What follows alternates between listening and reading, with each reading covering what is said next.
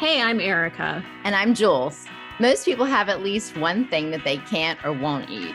Yeah, we're definitely like that.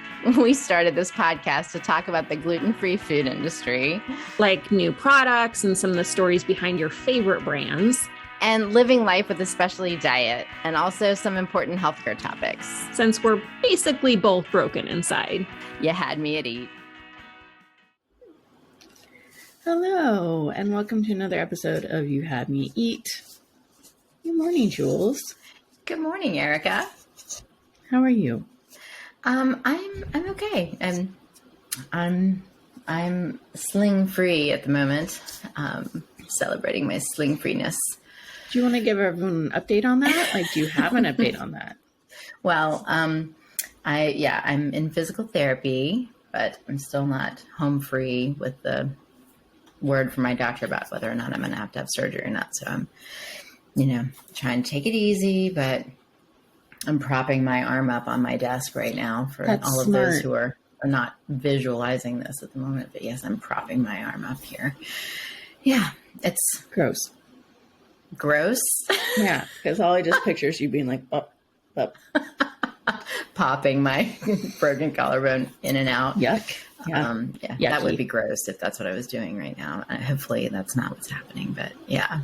I'm trying to take it easy, but I'm stirring the batter with the left hand. That's what I'm doing. Yeah. Your left arm is going to get so swole. It's going to be like so jacked. Yeah. Well, that's the idea. I'm trying to build it up. Yeah. Nice. I don't know. That's what I'm doing. So yeah, that's me right now. But I guess I'm kind of doing better than you right now. You got a little bit of a cold. I feel horrible. Yep, I do. I feel horrible. You look good though. Thanks. I had a photo shoot yesterday, so I'm still rocking photo shoot hair. However, I do not have my photo shoot makeup because I looked incredible last night, and now I look like I look like how I feel. So there you go. You did look incredible last night. Thank you. Those pictures you're a rock star. Thank you. Yeah, you look like you had gotten married, and now you look like you had your honeymoon. For real, or like drank too much of the wedding. I know, right? That's so funny. Yeah, halfway through because we have another day for President's Day. So Matt has it off, and I have it off, and I had no idea. We have a day off. You know why I forgot? Because I never get those days off. I work for myself. I work 7 days a week. Oh, I'm going to be working unless I'm hopefully not in bed, but I'll be working the entire time. Well, we will send you thoughts and prayers as you have been sending me for my shoulder. So yeah, I could use them. I mean, I only am pissed because yes, being sick sucks, but it sucks because March is when I travel every weekend, and I need to be better by then. So what do you take when you get sick? You take vitamin D, vitamin C, and then these, which have elderberry and zinc. Elderberry, yes. And then for my sore throat, because of all the mucus, I take the lollies. What is that? Lollies what? Again, it's just very blurry. Throat these soothing pops for kids. And the listeners have no idea what you're holding up, so yeah. Okay, good call. So before I was holding up the Sambucus elderberry from Nature's Way that has zinc and elderberry and vitamin C in it as well. So I take these as prescribed on the back. And then these are lollies, and they're like watermelon, strawberry, mango. And basically they're just pectin. So it's a demulcent, and it takes the mucus and just takes it off the back of your throat. It's just pectin. It's basically all the crap that you put in to make your own jam and jelly, but it's in a really amazing lolly. So I love these. I've loved these since they launched. They're for kids. I don't really care. I use them all the time. So that's great. I just have endless snot. Oh, that's very handy to have those product recommendations. I'm going to look for those lollies. That sounds kind of cool. They're awesome. And I really just prefer the strawberry, but the watermelon's been interesting. I don't know. I like watermelon flavors. And they're flat. And apparently that's a thing for kids, because you can't give them like the big suckers anymore. Because then they choke and die. It's bad. It's bad for kids. It's bad for business. It's bad for kids. So I think like the flat lolly is where it's at. I don't really know. Okay. Well, adults probably shouldn't choke and die either. So that's I mean, I feel like they would probably have more control, but you're right. You don't want anyone to choke and die on lollipops or anything. No. Or anything, really. Yes. Okay. So talking about dying. Oh, yes. Yeah. Let's talk about. So we get pitched a lot of things for the show, for life, for everything, and sometimes we get pitched a lot of like health news. Right? A lot of it makes sense for us. Some of it's like, well, this is kind of weird, and then some of it's like, oh, this is really depressing. So Jules has a really depressing study she wants to share for you guys about something we all love. So yes, and so one of the things is, various people say, "Hey, we'd love to be on your show. Please interview us." And so Erica said, "Dude, no, that's too depressing." So I said, "Okay, fine, but we'll talk about it because it's still something that you guys should know about."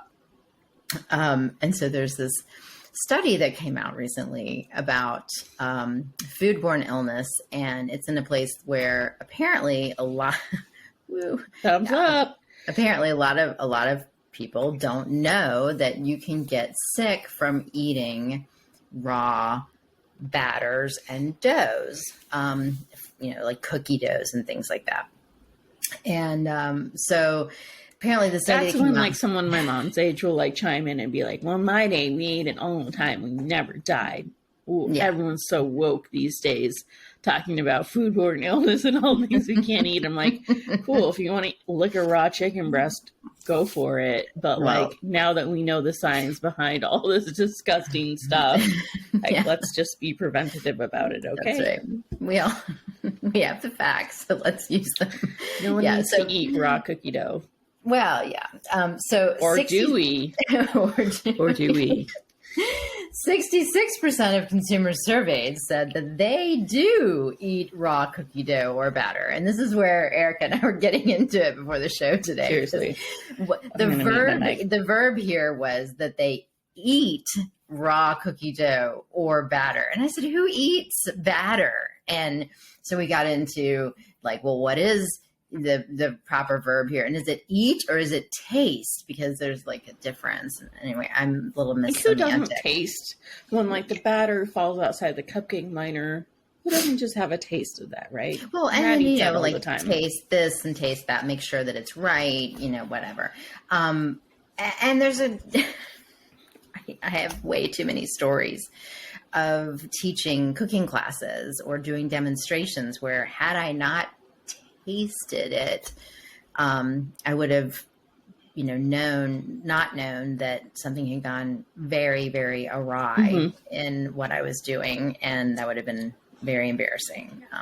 And so, I mean, I think so is this a case of like the dose is the poison? Like, how much raw dough would you have to eat to get salmonella or E. coli or whatever? And this study, perhaps we should have had the expert on, Erica, because we could have asked these questions. Anyway, I don't know the answer to that question, but the issue here is that flour, because it used to be, because they're like, don't eat that because there's eggs in it, right? And so then now you can buy eggs that have been treated, and you're safe with buying these eggs, and we thought we were safe because now all the muscle heads just have all those egg shakes. Remember, was that popular in like the 2000s or something? So gross. Yes, I do. But now they're saying, well, because the flour can also carry salmonella and E. coli, because it's, the flour itself. And there's been recalls on flour that have had contaminants in it, much like anything can have contaminants in it. But Yep. So anyway, that's what the study came out and said, that, you have to cook the flour to 165 degrees in order for these pathogens to die. So how do you do that? And that was the other thing we were discussing. How do you do that and eat the raw cookie dough? Right, sure. Or the raw batter or anything. Right.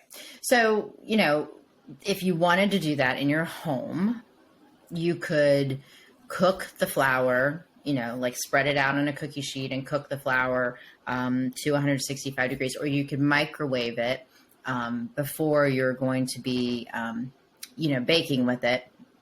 But then there's, issues with, well, has it cooked all the way through, or did you mound it and, it didn't cook all the way Yeah, and like, doesn't that do something to the protein? Like, won't that affect how it bakes? Like, there's all these questions that honestly, even if we had the expert on, I know. because She's not going to know. I wouldn't have time and patience to get ready to be like, oh, welcome to our podcast. Illustrious guest, please come in. No, nobody has time for that today. So I'm glad that we didn't have this person over. And I also don't think that they would really know, like, well, here's what you do and here's how it changes the protein structure. My food scientist friends, I think, may know, but I think they're just they would be the kind of cookie dough. Right. And they would be the kind of people that are like, who cares? Eat the cookie dough anyway. YOLO. You only live once, So there's a million things out there trying to kill you on a daily basis. Yeah. If it's cookie dough, what a way to go. Right. I know. At least you went down swinging. So anyway, this is our PSA. Don't eat the cookie dough. I mean, like, we're giving you this knowledge. Put it in the back of your head. Next time you're like, oh, I should probably just eat this cookie dough. Yeah. Think about it. Is it worth it? Maybe don't eat all the cookie dough. Yeah. Well, I don't know. Maybe it's just a taste and that's all you need and then you die. Death by cookie dough. Yeah. Put that on your gravestone. Hashtag death by cookie dough. Or should you eat the cookie dough because you had the facts and you chose to eat the cookie dough anyway? We didn't tell you to eat the cookie dough, by the way. But if you did, and then you got sick, then you might think, I might need to go to the doctor because I know it's either E. coli or salmonella.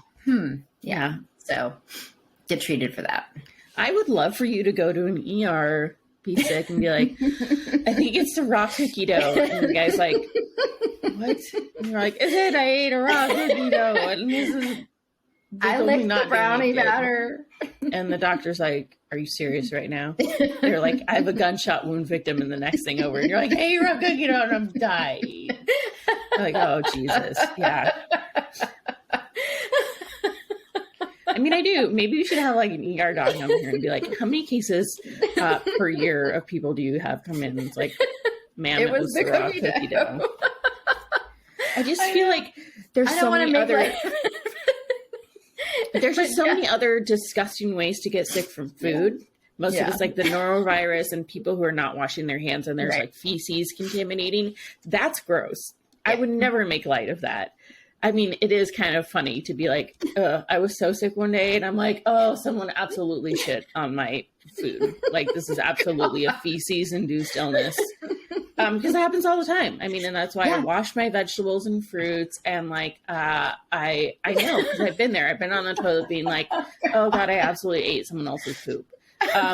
But like that, I get it.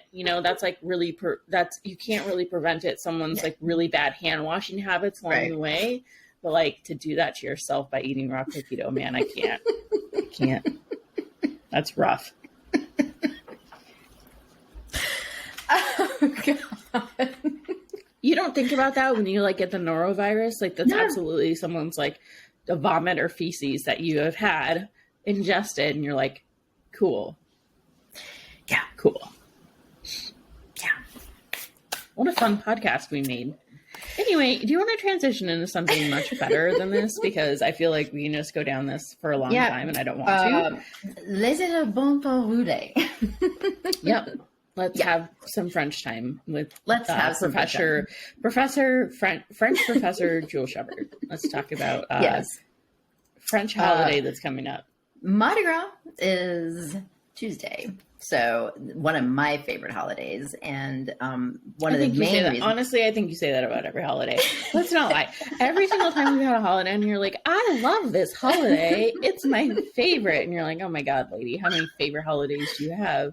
Because I know that you truly do love this holiday. I do. I really, really do. But to your earlier point, I do kind of have a thing for food holidays. I Dude, That's a good I food actually holiday. was walking with one of my girlfriends yesterday, and she was telling me all about her Passover Seder coming up, and I'm like, "Can I crash your Oh my Passover God, it's the Seder?" best. She's like, "What?" I'm like, "I have a thing for Passover Seders." And she's True. like, "Girlfriend, if you want to crash my Passover Seder," I'm like, "Love Passover Seders. I will bring my own matzah," and she's like, "Hey, if you want to bring your own gluten-free matzah, you can crash my Passover Seder." I'm like, "I will. I love crashing Seders." And she says, "Okay, whatever." I'm like, "Yeah, I love it because I love food holidays." And she's like, "Never thought of Passover as a food holiday, but okay." I'm like, "Yeah, it is to me a food holiday." And yeah, but that's my thing. I know. I kind of find food holiday fun in everything because when you can make it a gluten-free whatever, and you can be a part of it with everyone else. yes, then it's fun and I get jazzy about it.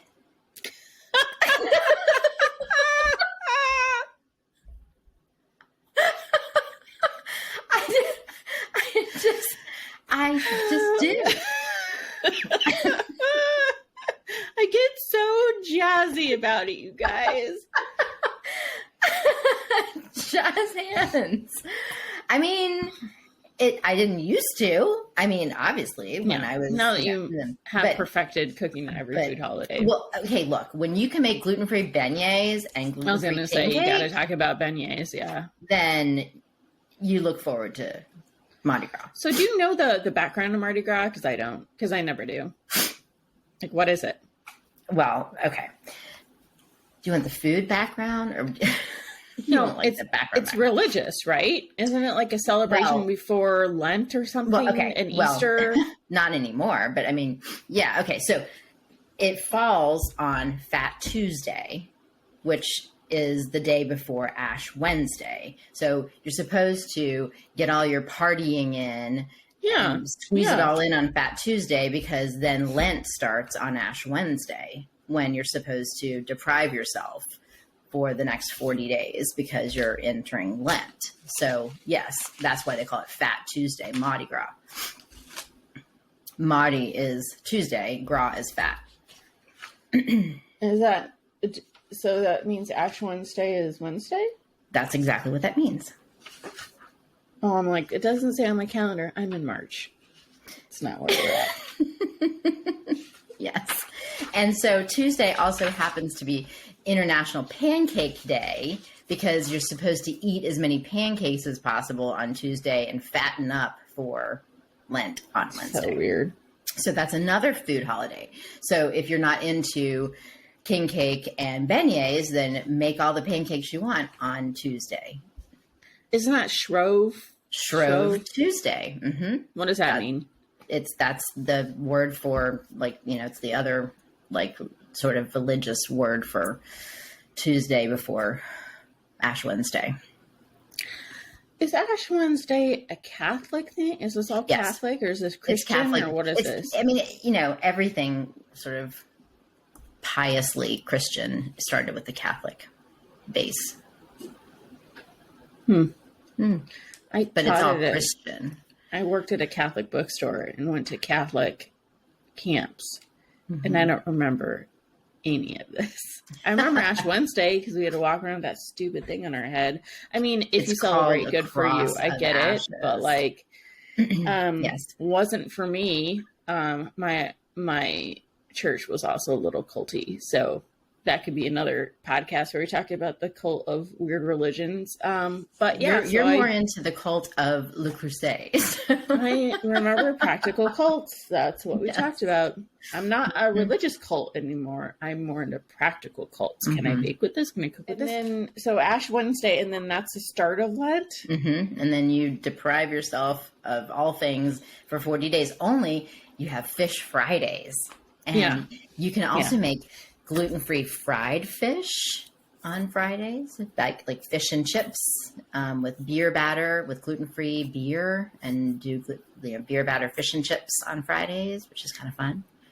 Yeah, I remember when McDonald's launched their like fish fillet Fridays, and I'm like, "What is this?" And I'm like, "Oh, I get it. It's like Lent." I just remember as a kid, I'd be like, I'm giving up candy. And I'm like, this is not making me have a closer relationship to God, but like, whatever, man. And that's just like what kids do. And then every kid cheats and then they feel super guilty about it. Yep. Oh man, that was a wild time in my life being religious in the Catholic institution. But that's why I no longer understand any of these holidays. Yeah. Yeah. Well, and then Easter is when you can start in, like, when does Lent end? Easter? Right? Yeah. Isn't that like the big thing? Yeah. Okay. That's when he rises and you can. And believe me, indulge in Jules things. has so many Easter recipes. So many Easter recipes because it's another food holiday. But Right? like, yeah. So there's no food holiday for Ash Wednesday, just Mardi Gras and Shrove Tuesday. And then Ash Wednesday is like sad. And then every Friday is happy because you can have beer battered fish and chips. Mm-hmm. And then Easter is when all the good stuff starts again. Yes. Well, that's depressing. Mm-hmm. Yeah. Yeah. So what are you making for Mardi Gras then? Well, I actually was trying to figure out, I was taking a poll in my house whether it's going to be beignets or king cake because, you know, you can only eat so much around here, you know? And I mean, because you're not taking them anywhere. Like, you have what, 3 people living with you right now? Yeah, it's down from 7. Yeah. You can really only eat so many. I would always vote for beignets because you fry them, you know? Yeah, everything good's fried. Yeah. But you know what? King I had a question from a reader several years ago about whether or not you could do beignets in an air fryer. And I have done them in an air fryer. It's don't just like puff a baked up as donut. well. It's like a baked donut. If you're doing a donut, you do it properly and put it in a fryer. Yes. And do a but yeast-raised donut. A lot of people are afraid of frying. I am one of those people. Yeah. So, you know, an air fryer is a valid question. No, it's not. It's a valid question. It is not a valid answer. That is not the same whatsoever. You'll never get it. If anything, get it a kitchen top deep fryer. Yeah. And that's it. That's if you're afraid of it. It's just I need to do anything. that. Super easy. I'm gonna look for somebody who has one of those at the home show. Housewares, yeah. Mm-hmm. Yeah, because I need the one of Inspired Home Show. Sorry, I keep calling it Housewares, but yeah, Jules and I are going to a big show in Chicago, and that's where we get all of like our kitchen props and gadgets and idolatries and practical cults. That's so yeah, maybe it's because I got one to test at the magazine and I gave it away because I wasn't doing a lot of fryer stuff. Jules, I was already shipping you a million things. And so I just went out in my courtyard. I had a courtyard where I shared all my neighbors. I was like, does anyone want this? And someone's like, yes. They came out and they're like, I'll take it. So, sorry. Yes, there are kitchen top deep in my soul to forgive you. Yeah. I'm sorry. It's like Tefal or someone. It wasn't like a super expensive. I know. I'm sorry. But yeah, you can get that. And I think that would be a lot easier than doing stovetop deep frying. I think people, unless they have a practical called Le Creuset, a large, enamel cast iron, whatever, I think they're like, I don't know how to fry something. Right. And even people who have one don't know how to fry something. And I think they get a little like freaked out. Yeah. Well, and then your house smells like a deep fryer. That's the thing I just don't like is that like for days my house smells like I've been frying donuts, which it's okay. But but yeah. So the beignets done in an air fryer are not the same. And here's the thing about air fryers. People think it is a fryer. It is not it's not a fryer. It's a convection oven. I just want to scream from the rooftop, like, stop frying things in there that deserve to be fried. You have to give it to whoever invented the air fryer that they really did come up with a great name for that. Marketing genius. The person who came up with the name for the air fryer. Because, it's not an air fryer. It's just like fried pickles, and I'm like, it's not fried, it's baked pickles. Like it's just the same thing. It's just in a smaller footprint. Yeah, and I love my air fryer. I use it all the time. I use it daily, but that's not saying that it's the equivalent of fried food. No. Like when I do baked wings, that's baked wings. Fried wings have a very different flavor. Or like fried chicken, like everyone's like, I'm gonna do it in the air fryer. I'm like, that's baked chicken with coating. Let's be real with everyone. Yeah. It's a small convection oven, you weirdos. Stop frying things in there that deserve to be fried. Like these, I can't enough about these donuts that are like cake donuts. I will not forgive you if you're like, these are donuts. I'm like, they're cake in a donut shape. I'm so mad at you. Like, no, they're not the same thing. It's a totally different thing. I have cake donuts on my website and I have yeast donuts on my website. They're two completely different type of donuts. And I love them both, but they're totally different. They're totally different. I was in LA and I took an Uber to actually I drove, which in LA is really scary. Because I'm not. See, I would definitely fry donuts over driving in LA.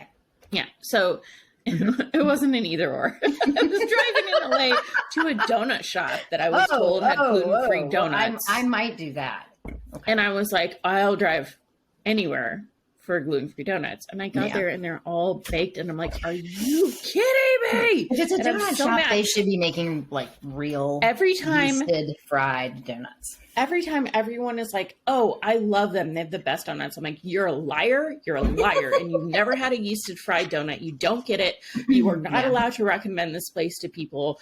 I'm like, if you're looking for a cake donut with flavors, go for it. You can make that on your own. Why are these people here? It's so frustrating. Yeah. I will not. And like, you made me drive in LA to this donut shop and it was cake donuts. You're such a jerk. So mad. So not worth it. No, you do yourself. Have you gone to the donut food truck? No, because guess what? In Arizona? What? I haven't had a spare second since I talked to you about it. And they've been doing a night market. And guess what? There was a 2-hour wait and they sold out. A 2-hour wait. Like people were in line. Like my friend Caitlin filmed this. And it's just like, there is the longest line. I'm like, dude, no. I'm too old to wait in the line that long. I'm like, I'll reach out to Duke Loops and be like, I'm going to make a special order. I'm just going to come pick it up. Yeah. There is no way I'm waiting for 2 hours in this line. I am not a effing millennial who's like, oh my God, I love food trucks. I'm going to wait for 3 hours. I'm like, no, I've got places to be. I just want my fried donuts. Wow. I was just like, I looked at the line and I'm like, I'm never going to try this donut place. But you know why? I'm never going to try this donut place. Do you know why they have a line? Because they're fried donuts. Because they're real, delicious, gluten-free fried donuts. Yeah, I know. Anyway, so beignets, you can make them at home, gluten-free, fry them. Don't air fry them. But you can air fry them, but they're not going to taste the same. They won't get there's like a huge air pocket that you can get in them. That just like, and they're like light as a feather. Do they require eggs? No. I mean, you can make them egg-free. Okay. Mm-hmm. And they still get that poof thing? Poof. Okay. Mm-hmm. Yeah. And then, you know the story behind the king cake, right? Mm-hmm. With the baby in it? With the baby. Freaks me out every time people talk about it. I'm like, oh my God, it's so fun. So for listeners who don't know what the king cake is, it's like a big round kind of a cinnamon roll kind of a cake. It's not like a cake, like a vanilla cake, like what you're thinking of. And tucked inside somewhere is a little plastic baby. It sounds so bizarre. But anyway, you don't eat it, obviously.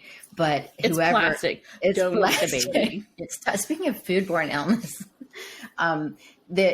whoever gets the slice of the cake that has the l'enfant in it is the... She's saying the infant in some sort of like fancy French l'enfant. It's the infant. It's a small baby, a small plastic baby. She got all like very proper with her French. And what she does, she loves showing off her French, and I love her for it. But she's saying l'enfant, right? The infant? Isn't that what it is? L'enfant? L'enfant. Yeah. Yeah, that's what I'm saying. Yeah. Anyway, Don't the eat it. It'll baby- become lodged in your colon. And I swear to Christ, there has to be, speaking about like medical, like numbers and like statistics, how many king cake babies are eaten and someone has to go to the emergency room because it's stuck in their We'll ask that esophagus or like Ugh. your colon. That's all I want to know. That's all I want to know. I These are- really want to these are know like this. this big though. Like It doesn't matter because it has the sharp baby hands. it Because does. believe me, It does because It does. the baby's does. like sitting like this. It's got like the sharp. I went Oh. to the baking supply store near me, and they just have a box of these babies, babies? and I'm just like, this is so weird. Yeah, Like, he's like they're this, and I'm creepy. like, dude, Creepy that babies. it's gonna be lodged in your like duodenum or something, your duodenal bulb, and someone's Ew. gonna have to go in and be like, and there's just Yeah. like plastic babies stuck in It's there. passing this part here that would be like. Ugh. But it's like, No. you know, you give a dog a pill. If you wrap it in enough cake, that's the thing that's so weird. It's like you're eating something, you're supposed to find something in it. Like those people that like accidentally swallow diamond rings from like a cake or something because you're just like swallowing things. And like, you could absolutely eat that baby in a second. I don't know. Mm-mm. I think you can. I think you I- can. And I'm not going to be, I'm not no. going to try it No. to be the No. person, but I'm going to have to ask a GI. In fact, I'm going to put a poll on Twitter. I'm like, have you ever Oh, had yes, do it. Do it. a king cake baby stuck in someone's digestive tract? Because Twitter basically, I mean, at least for me, all Twitter is anymore is just GI Twitter. I mean, Yeah. it's just medical Hashtag Twitter. GI Twitter. I'm Yeah. going to do it right now. Okay. Anyway, the I'm going to baby. use your picture of the baby, the king cake The baby. king cake baby. Yeah, you can use that. I give you permission. Anyway, the plastic baby is stuck inside the cake, and whoever gets the piece and doesn't eat the baby but gets the piece is lucky. They're very unlucky if they eat it, but if they get the piece, they're the lucky one. However, lucky is in air quotes because then next year they have to bring the king cake, and arguably they're supposed to maybe even host the party that has the king cake with it.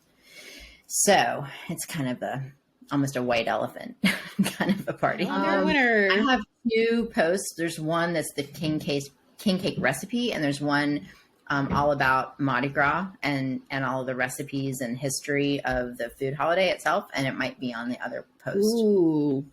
Ooh. Good call. So what else do you make for Mardi Gras? Those are the two, really. I mean, I also have an étouffée recipe on my website that you can make gluten-free. A lot of people think that you can't make roux gluten-free. And so this is a roux cheat recipe. You can make a roux, obviously, with my flour, but this is like a super, super easy recipe for étouffée that is not even, it's embarrassingly easy. What is étouffée? Étouffée is, this recipe is for like seafood étouffée, but you can also just use vegetables or tofu. There's Found the it. baby. Yeah. I found the See picture how of the he's baby. It's going on sitting? Twitter. I'm going to be stuck in your intestines. Yeah. That baby's absolutely. This baby is going to be lodged somewhere in your digestive tract. I Oh my swear to God, goodness. someone can swallow that. Listeners, this is actually worth going on YouTube to see. to see I that cannot wait to find if someone has a story for me about the baby in the ER. All right, that you might need to just grab that picture, and that can be our little image for this podcast episode. The baby It might picture. be. Oh my. Yeah.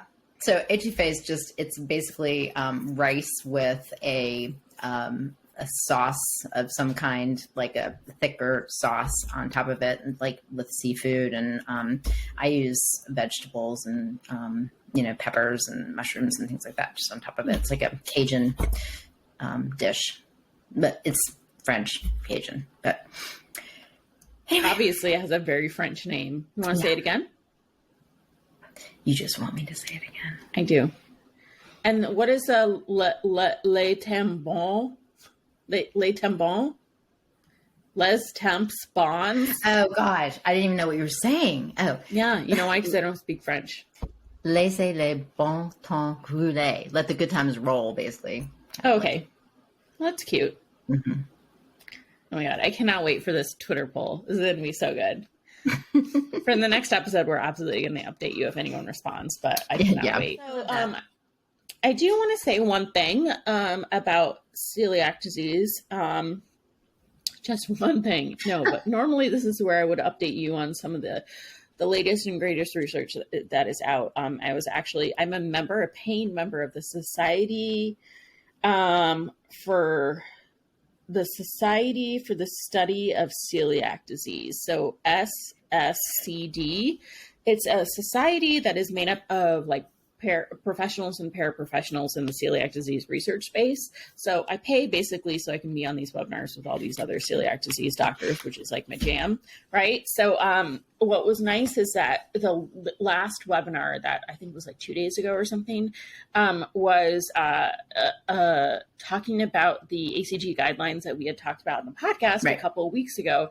And that's when I had reached out to Dr. Ben Lebwall, who's my favorite celiac physician, and was like, what's the deal with this whole like non-biopsy option for adults? And he's like, yeah, it's more like not a guideline, but a suggestion. And I'm like, there's a lot of workaround to that. And what was nice about this webinar is he really delved into that and like why it was an issue. Because I'm like, why is this such an issue? Like, just get people biopsied. And he said, he confirmed obviously that that it was for obviously adults with getting a biopsy to prove that they have celiac disease, or a non-biopsy for adults with celiac disease. So just being diagnosed with celiac disease without a biopsy, just given the blood test. He confirmed that for adults, they do have to have 10 times the upper normal limit of like their celiac serology. And why they chose this, or why they chose to adopt these pediatric guidelines for adults. And if you don't know what we're talking about, listen to the ACG episode, because I think we delve into it a lot more. But there's pediatric guidelines that can basically diagnose a l'enfant, a child with with celiac disease without a biopsy if they have 10 times the upper normal limits of certain like TTG markers and EMA. They also do a screening for genes as well. And so adults have been like, well, why can't this guideline be for adults? And they're like, oh, we really need to biopsy adults. But based on this latest ACG guideline, they're like, oh, we could possibly use this as a tool. And I am like mad because I think that everyone should get biopsies, because we don't want a bunch of people out there just thinking that they have celiac disease and they really don't.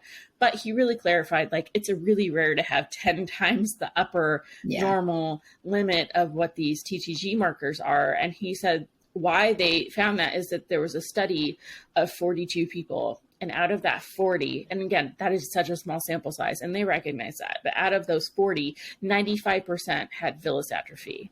Yeah. So it's like, dude. Yeah. That's, if you have 10 times the upper normal limit of this, there's a good chance that you have celiac disease. So that's why they were like, okay, this data starts to make sense. And then what I think was really interesting that I had never really thought about that is that there was a lot of people who were having risks of undergoing biopsies for even just going under, because you have to be put under with anesthesia to do a biopsy. It's not just like a simple thing that you can do it with under like light sedation, right? Like a colonoscopy. So it is. Because they're sticking something down your throat, and so you have this gag People reflex, freak out. and and so you have to be. No, you have to be.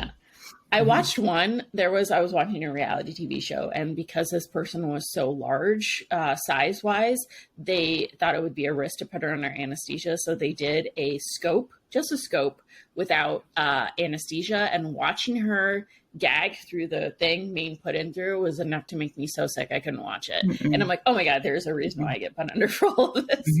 Anyway, so they were talking about how difficult it is and that's a great example for people of size, or people where biopsies could be difficult for their cardiovascular wellness. Like, there's a lot of people who cannot undergo anesthesia for their cardiovascular health. Like it would be too much of a risk just for a simple, it's not like a procedure that would be a life-saving procedure, right? It's just a biopsy. Right. So for a lot of people, their doctors are like, dude, no way are you putting them under just for a simple biopsy. For celiac and this disease, is part of the reason why they did it for kids, right? Like they didn't want a lot of parents and doctors as well didn't want to have to put all these kids Sedate under a bunch of kids. anesthesia, right? Just that's why also they were for looking bleeding patients, which I think is really interesting. My true. dad has blood cancer, and it was really interesting, like learning all about, hemato-oncology and just hematology in general, about bleeding disorders and how like people are just not applicable or not able to do some of these things because of this.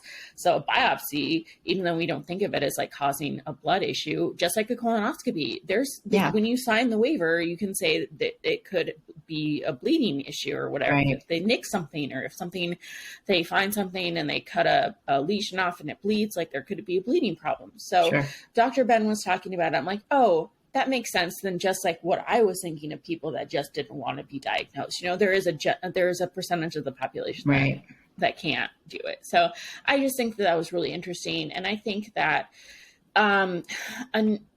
another interesting thing that we think about is follow-up biopsies. And I was always told we should do it 1 year after diagnosis. Now they're saying 2 years after diagnosis. And now they're saying not at all. Don't really have one. Yeah, because they're saying really, if you are symptomatic, yes, absolutely. Great question. If you're asymptomatic and you're just looking for histological remission, they're like, why do we keep doing this to people? Because there's no accurate biomarker for mucosal healing in this. So there's nothing that they're looking at. They can see, oh, it looks better, but there's no like marker to where it's like, this is 10% better. This is whatever. So there's no really clear association with mucosal healing and mortality.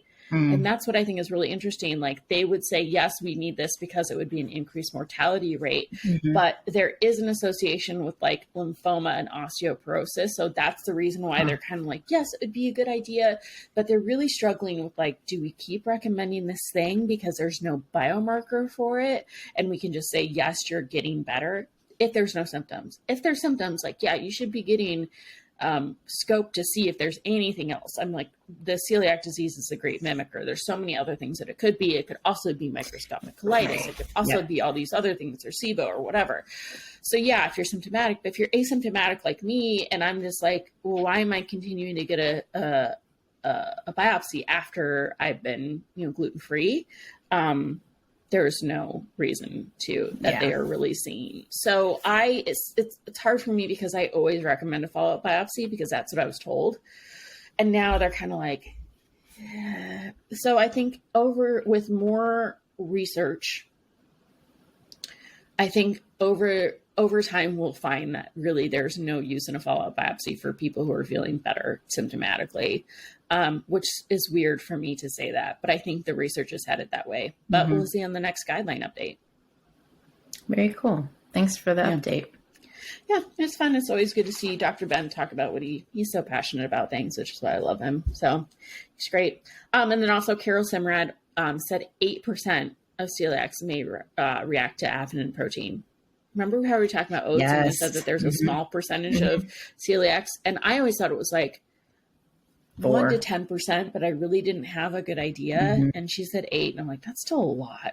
That's still a lot of celiacs who are reacting to avenin. So yeah, they had at the conference they had a couple of different people present on that, and they had some different studies that showed different amounts.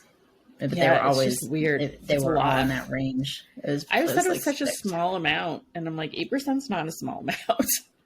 Yeah, it's interesting. Yeah. And they're talking about how like working with your doctor to see if you tolerate oats. I'm like, dude, nobody does that. Like nobody's like, I'm going to reach your these doctor's oats and call my doctor to make sure. Work together on this. Doctors are like, and I'm like, I don't give a shit if you're eating oats or not. No. It's so frustrating too, because I think that they work in research, right? So they assume that everyone has access to a GI dietitian, access to a regular dietitian. If they don't have a GI dietitian, I'm like, dude, I've never seen a dietitian. And most of the dietitians that are referred to have no concept of how to work with someone with celiac disease. Yeah.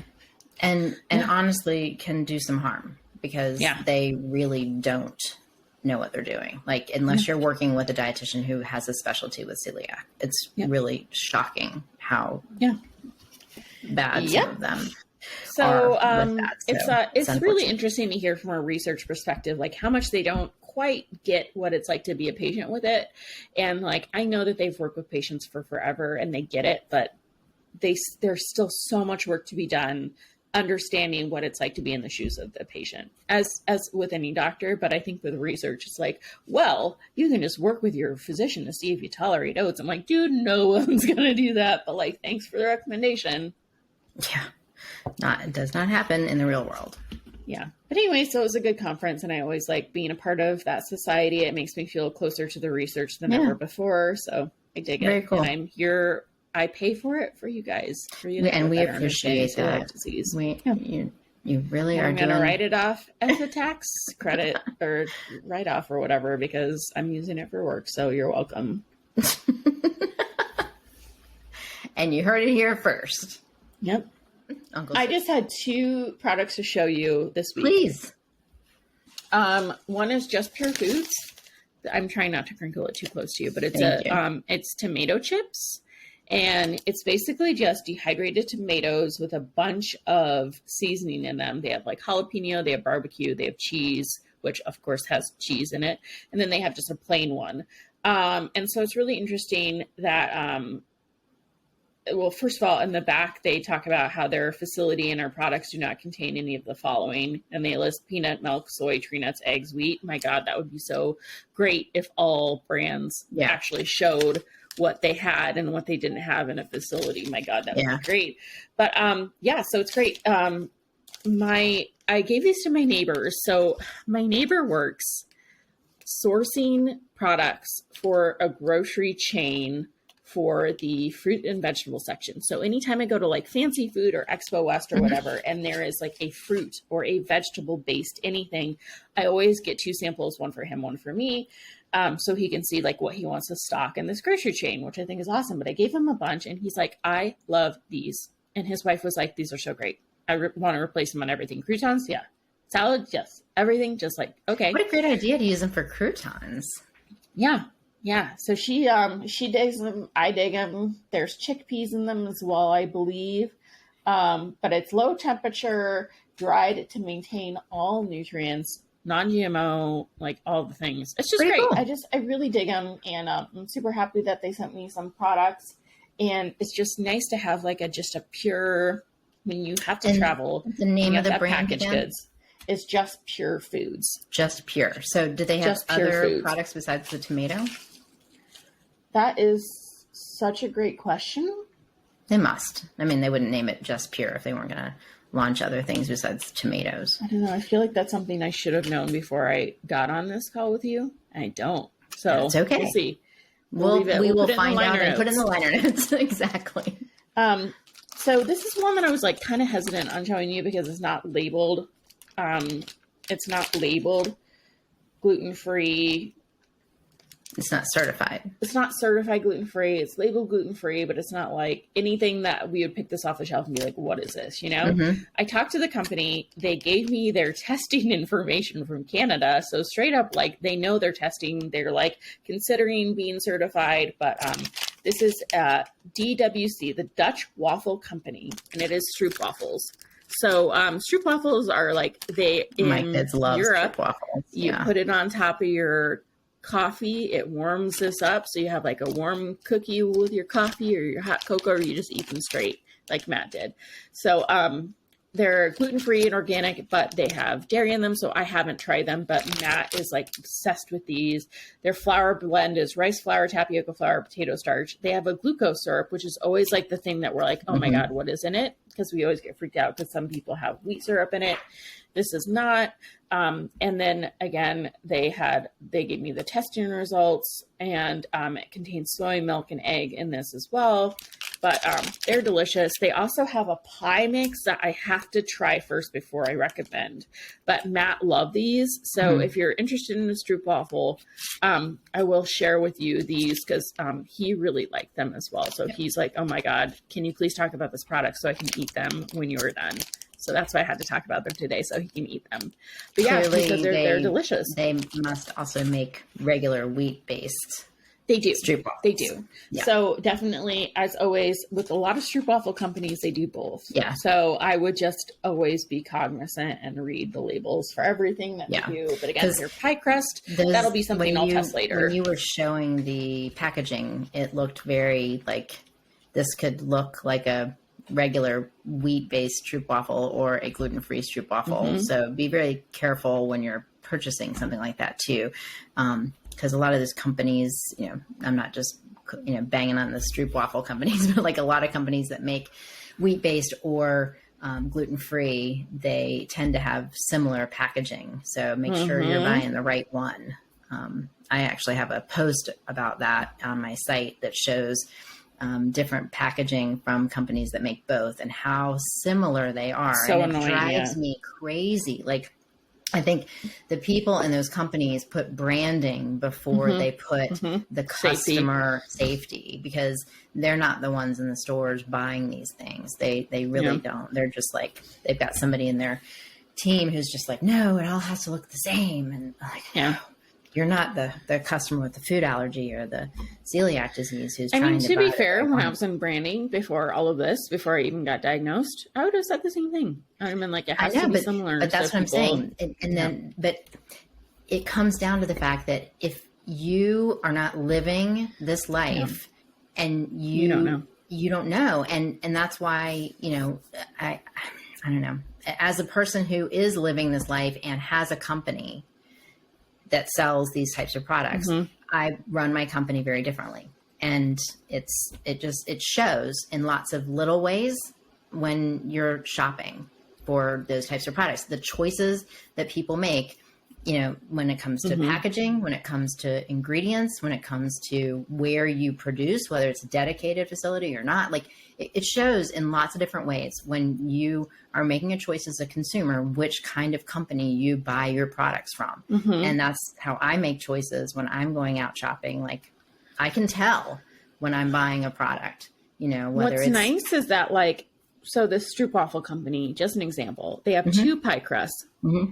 One is gluten-free. Notice how they have the key lime pie on it. The other one is not gluten-free, has the other cheesecake on it. So I'm like, hey, at least there's a differential on it. Their Stroopwafels look the exact same packaging, but at least put something different on the front or a different color, a different call out. Like, just do it right. Also, they only make tomatoes. I did check.